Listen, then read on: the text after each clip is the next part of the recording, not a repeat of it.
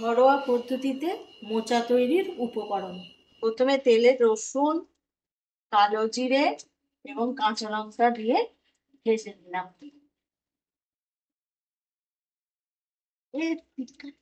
শুনতে পাচ্ছেন?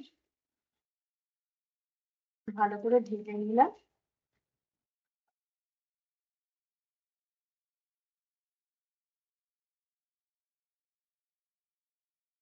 যতক্ষণ না রসুনের কাঁচা গন্ধ যাচ্ছে ততক্ষণ এটাকে ভেজে নিতে হবে।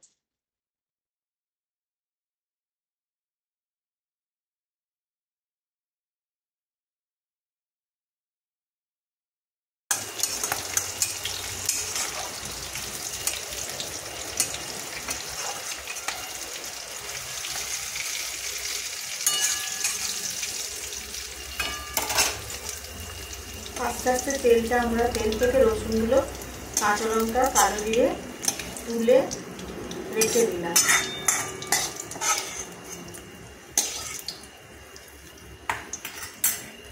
এবার তেলের মধ্যে আলুগুলো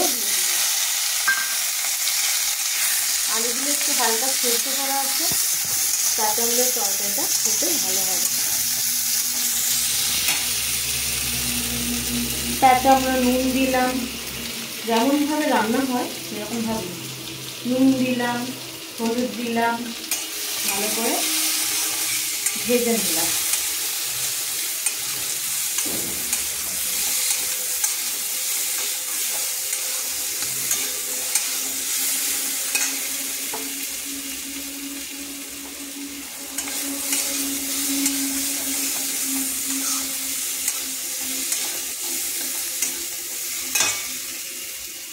এরপর আমার আদা, শুকনো লঙ্কা বাটা আছে, সেটা আলুর সঙ্গে দিয়ে ভালো করে কষিয়ে নেব।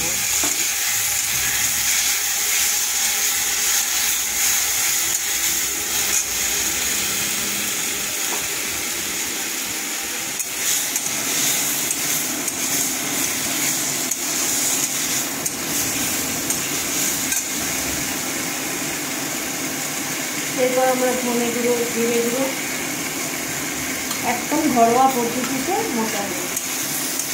বেশি তেল মশলা লাগে না, অল্প তেলে খুব ঠিকঠাকই খাবার।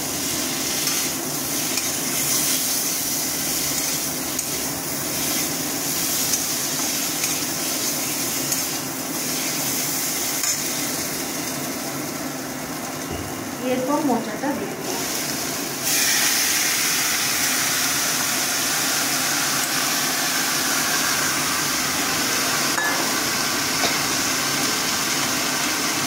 সামান্য হলুদ, সামান্য নুন এবং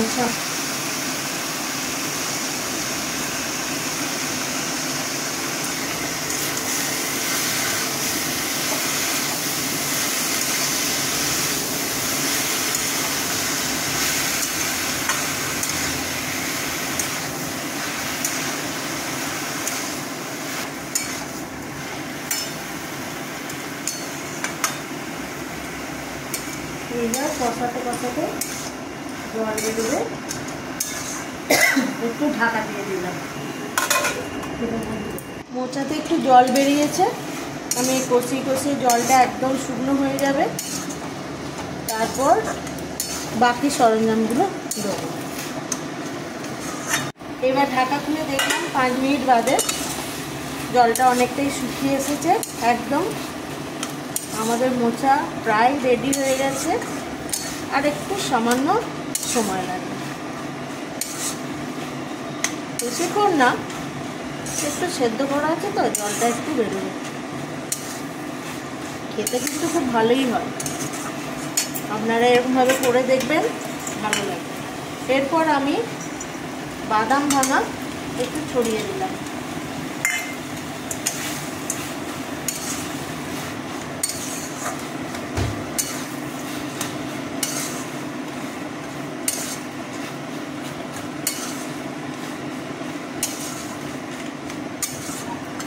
বাড়িতে সবাই করে একইভাবে, কিন্তু এটা একটু অন্যরকম পদ্ধতিতে করা।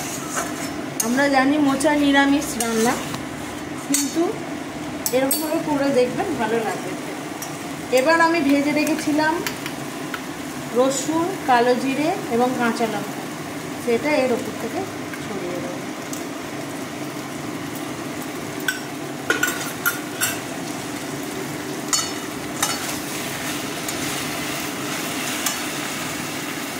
কম আছে, একটু নেড়ে চেড়ে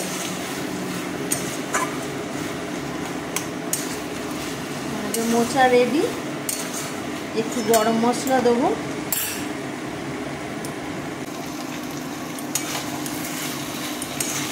আপনারাও এরকমভাবে করে দেখবেন, ভালো লাগে। একটু নতুন স্বাদে, ভিন্ন স্বাদে সবারই খেতে মন যায়, অতএব করে দেখবেন, ভালোই লাগবে।